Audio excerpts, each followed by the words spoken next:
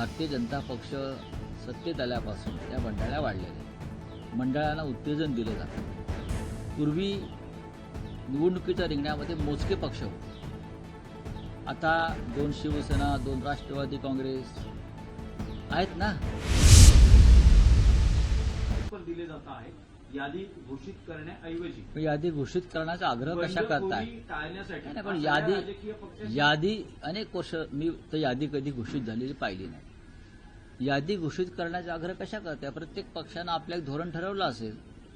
हे आमचे उमेदवार आहेत, त्यांनी जाऊन हा अर्ज घेऊन एबी फॉर्म घेऊन अर्ज भरावा. त्यानुसार उमेदवारांच्या बैठका घेतल्या जातात संभाव्य, आणि त्यांना तशा सूचना दिल्या जातात. आणि अर्ज भरल्यावर त्यांची नावं तुम्ही प्रसिद्ध करता सगळे.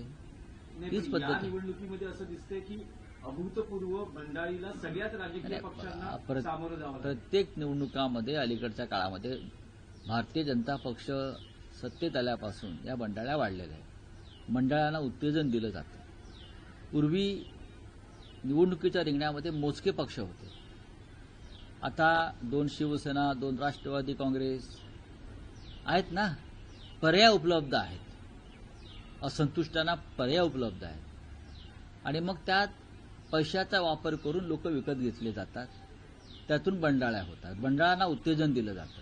भाजपकडून मुंबईचं उत्तर भारतीय मतदारांना आकर्षित करण्यासाठी जी स्टार प्रचारणाची यादी जाहीर केली त्यामध्ये योगी आदित्यनाथ आहेत, मैत्री ठाकूर आहेत, इतर मनोज तिवारी आहेत. असे उत्तर भारतीयांना आकर्षित करण्यासाठी एक वेगळी स्ट्रॅटेजी नाही, त्यांच्यामध्ये त्यांनी मुंबईची फाळणी केलेली आहे. एक परप्रांतीयांची मुंबई आणि दुसरी मुंबई एक मराठी माणसांची मुंबई, अशी भाजपनं सरळ फाळणी केली. आमच्यासाठी मुंबई अखंड आणि एक आहे. जे मुंबईकर आहेत त्यांनी मुंबईच्या विकासासाठी एकत्र येऊन मतदान करावं. पण भारतीय जनता पक्षानं कायम प्रांतवाद, जातवाद आणि धर्मवाद या आधारावर निवडणुका लढल्या, आणि मुंबईसुद्धा तेच करतायत. तुम्हाला योगी आदित्यनाथ मुंबईत कशा करता पाहिजे?